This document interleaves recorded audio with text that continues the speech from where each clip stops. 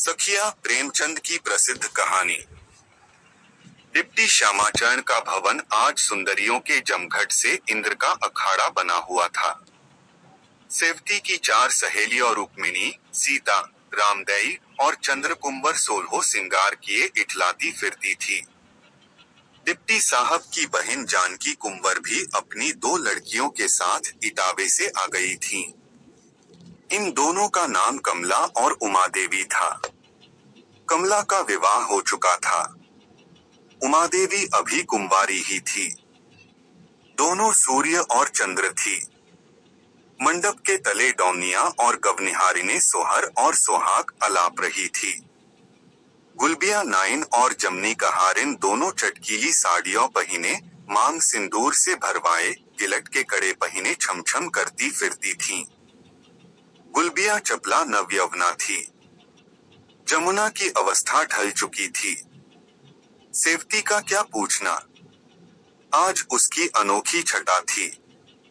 रसीली आंखें आमोदाधिक्य से मतवाली हो रही थीं और गुलाबी साड़ी की झलक से चंपई रंग गुलाबी जान पड़ता था।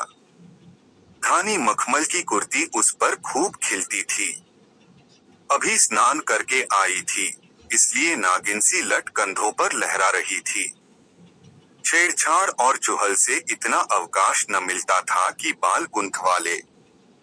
महाराजन की बेटी माधवी छींट का लहंगा पहने, आंखों में काजल लगाए, भीतर बाहर किए हुए थी।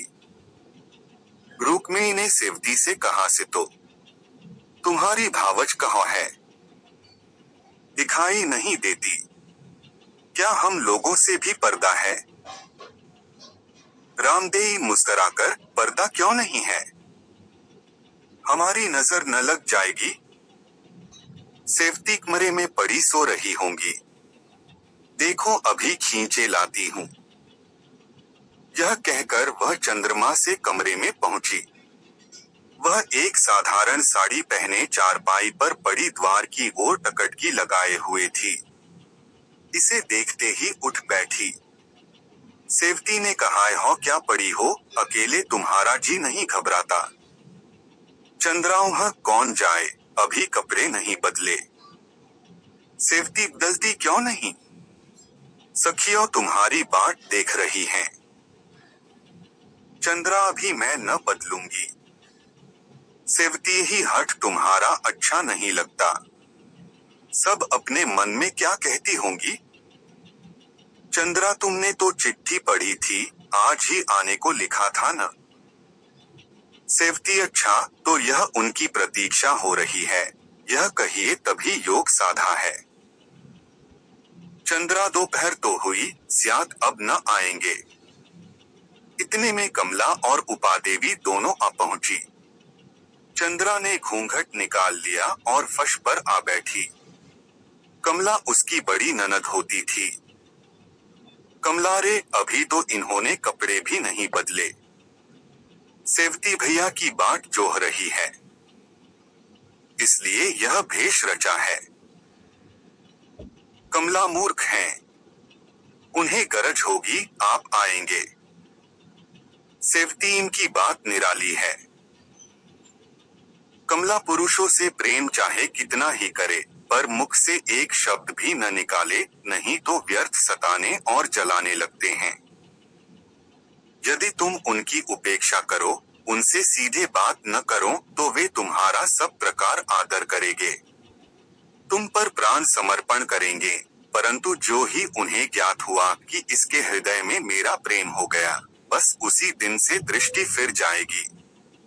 सैर को जाएंगे तो अवश्य देर करके आएंगे। भोजन करने बैठेंगे तो मुंह जूठा करके उठ जाएंगे, बात बात पर रूठेंगे। तुम रोगी तो मनाएंगे, मन में प्रसन्न होंगे कि कैसा फंदा डाला है। तुम्हारे सम्मुख अन्य स्त्रियों की प्रशंसा करेंगे।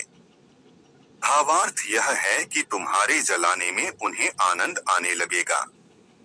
अब मेरे ही घर में देखो, पहले इतना आदर करते थे कि क्या बताऊं। प्रतिक्षण नौकरों की भांति हाथ बांधे खड़े रहते थे। पंखा झेलने को तैयार, हाथ से कौर खिलाने को तैयार, यहाँ तक कि मुस्कुराकर पाँव दबाने में भी संकोच न था। बात मेरे मुख से निकली नहीं कि पूरी हुई। मैं उस समय अबोध थी। पुरुषों के कपट व्यवहार क्या जानूं। पटी में आ गई। जानते थे कि आज हाथ बांध कर खड़ी होगी। मैंने लंबी तानी तो रात भर करवट न ली। दूसरे दिन भी न बोली। अंत में महाशय सीधे हुए, पैरों पर गिरे, गिड़गिड़ाए। तब से मन में इस बात की गांठ बौध ली है कि पुरुषों को प्रेम कभी न जताओ। सेवती जीजा को मैंने देखा है। भैया के विवाह में आए थे। बड़े समुख मनुष्य हैं। कमला पार्वती उन दिनों पेट में थी, इसी से मैं न आ सकी थी। यहाँ से गए तो लगे तुम्हारी प्रशंसा करने। तुम कभी पान देने गई थी। कहते थे कि मैंने हाथ थाम कर बैठा लिया, खूब बातें हुई। सेवती झूठे हैं, लबारिये हैं। बात यह हुई कि गुलबिया और जमुनी दोनों किसी कार्य से बाहर गई थीं। मौ ने कहा, वे खाकर गए हैं, पान बना के दिया। मैं पान लेकर गई, चारपाई पर लेटे थे, मुझे देखते ही उठ बैठे। मैंने पान देने को हाथ बढ़ाया तो आप कलाई पकड़कर कहने लगे कि एक बात सुन लो, पर मैं हाथ छुड़ाकर भागी। कमला निकली न झूठी बात। वही तो मैं भी कहती हूँ कि अभी 11-12 वर्ष की छोकरी, उसने इनसे क्या बातें की होगी। परंतु नहीं, अपना ही हट किए जाए। पुरुष बड़े प्रलापी होते हैं। मैंने यह कहा, मैंने वह कहा। मेरा तो इन बातों से हृदय सुलगता है। न जाने उन्हें अपने ऊपर झूठा दोष लगाने में क्या स्वाद मिलता है। मनुष्य जो बुरा भला करता है, उस पर पर्दा डालता है। यह लोग करेंगे तो थोड़ा, मिथ्या प्रलाप का आल्हा गाते फिरेंगे ज्यादा। मैं तो तभी से उनकी एक बात भी सत्य नहीं मानती। इतने में गुलबिया ने आकर कहा, तुम तो यहाँ ठाढ़ी बतलात हो, और तुम्हार सखी तुमका आंगन में बुलौती है। सेवती देखो भाभी, अब देर न करो। गुलबिया, तनिक इनकी पिटारी से कपड़े तो निकाल ले। कमला चंद्रा का श्रृंगार करने लगी।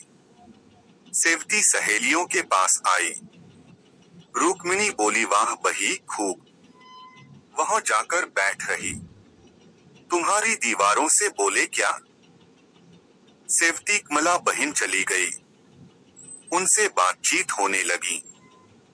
दोनों आ रही हैं। रुक्मिणी लड़कोरी है न। सेवती, हाँ, 3 लड़के हैं। रामदेवगर काठी बहुत अच्छी है। चंद्रकुंवर, मुझे उनकी नाक बहुत सुंदर लगती है, जी चाहता है छीन लूं। सीता, दोनों बहिनें एक से एक बढ़कर है। सेवती, सीता को ईश्वर ने वर अच्छा दिया है, इसने सोने की गौ पूजी थी। रुक्मिणी, जलकर गोरे चमड़े से कुछ नहीं होता। सीता, तुम्हें काला ही भाता होगा। सेवती, मुझे काला वर मिलता तो विष खा लेती। रुक्मिणियों, कहने को जो चाहे कह लो, परंतु वास्तव में सुख काले ही वर से मिलता है।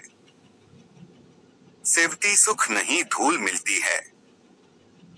ग्रहण सा आकर लिपट जाता होगा। रुक्मिणी, ही तो तुम्हारा लड़कपन है। तुम जानती नहीं, सुंदर पुरुष अपने ही बनाव सिंगार में लगा रहता है। उसे अपने आगे स्त्री का कुछ ध्यान नहीं रहता। यदि स्त्री परम रूपवती हो तो कुशल है, नहीं तो थोड़े ही दिनों वह समझता है कि मैं ऐसी दूसरी स्त्रियों के हृदय पर सुगमता से अधिकार पा सकता हूँ। उससे भागने लगता है। और कुरूप पुरुष सुंदर स्त्री पा जाता है तो समझता है कि मुझे हीरे की खान मिल गई। बेचारा काला अपने रूप की कमी को प्यार और आदर से पूरा करता है। उसके हृदय में ऐसी धुकधुकी लगी रहती है कि मैं तनिक भी इससे खटा पड़ा तो यह मुझसे घृणा करने लगेगी। चंद्रकुम दूल्हा सबसे अच्छा वह जो मुंह से बात निकलते ही पूरा करे। रामदेव तुम अपनी बात न चलाओ। तुम्हें तो अच्छे अच्छे गहनों से प्रयोजन है, दूल्हा कैसा ही हो। सीतान जाने कोई पुरुष से किसी वस्तु की आज्ञा कैसे करता है। क्या संकोच नहीं होता। रुक्मिणी तुम बपुरी क्या आज्ञा करोगी, कोई बात भी तो पूछे। सीता मेरी तो उन्हें देखने से ही तृप्ति हो जाती है। वस्त्राभूषणों पर जी नहीं चलता। इतने में एक और सुंदरी आ पहुंची, गहने से गोंदनी की भांति लदी हुई, बढ़िया जूती पहने, सुगंध में बसी, आंखों से चपलता बरस रही थी। रामदेव आओ रानी आओ, तुम्हारी ही कमी थी। रानी क्या करूं, निगोड़ी नाइन से किसी प्रकार पीछा नहीं छूटता था। कुसुम की मौ आई तब जाके जूड़ा बौधा। सीता तुम्हारी जैकेट पर बलिहारी है। रानी इसकी कथा मत पूछो। कपड़ा दिए 1 मास हुआ, 10-12 बार दर्जी सी कर लाया, पर कभी आस्तीन ढीली कर दी, कभी सियन बिगाड़ दी, कभी चुनाव बिगाड़ दिया, अभी चलते चलते दे गया है। यही बातें हो रही थी कि माधवी चिल्लाई हुई आई, भैया आए, भैया आए।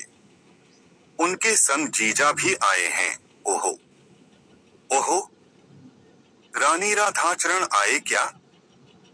सेवती हाँ, चलो तनिक भाभी को संदेश दे आऊं। क्या रे, कहाँ बैठे हैं। माधवी उसी बड़े कमरे में। जीजा पगड़ी बौधे हैं, भैया कोट पहने हैं, मुझे जीजा ने रुपया दिया। यह कहकर उसने मुट्ठी खोलकर दिखाई। रानी से तो अब मुंह मीठा करा। सेवती क्या मैंने कोई मनौती की थी। यह कहती हुई सेवती चंद्रा के कमरे में जाकर बोलियो भाभी, तुम्हारा सगुन ठीक हुआ। चंद्रा क्या आ गए, तनिक जाकर भीतर बुला लो। सेवती हो मदाने में चली जाऊं, तुम्हारे बहनाई जी भी तो पधारे हैं। चंद्रा बाहर बैठे क्या ये कर रहे हैं। किसी को भेजकर बुला लेती, नहीं तो दूसरों से बातें करने लगेंगे। अचानक खड़ाओं का शब्द सुनाई दिया और राधाचरण आते दिखाई दिए। आयु 24-25 बरस से अधिक न थी। बड़े ही समुख, गौर वर्ण, अंग्रेजी काट के बाल, फ्रेंच काट की दाढ़ी, खड़ी मूछे, लवंडर की लपटें आ रही थी। एक पतला रेशमी कुर्ता पहने हुए थे। आकर पलंग पर बैठ गए और सेवती से बोले, क्या सितो, 1 सप्ताह से चिट्ठी नहीं भेजी। सेवती मैंने सोचा अब तो आ रहे हो, क्यों चिट्ठी भेजूं। यह कहकर वहां से हट गई। चंद्रा ने घूंघट उठाकर कहा, हो जाकर भूल जाते हो। राधाचरण हृदय से लगाकर, तभी तो सैकंडों कोस से चला आ रहा हूं।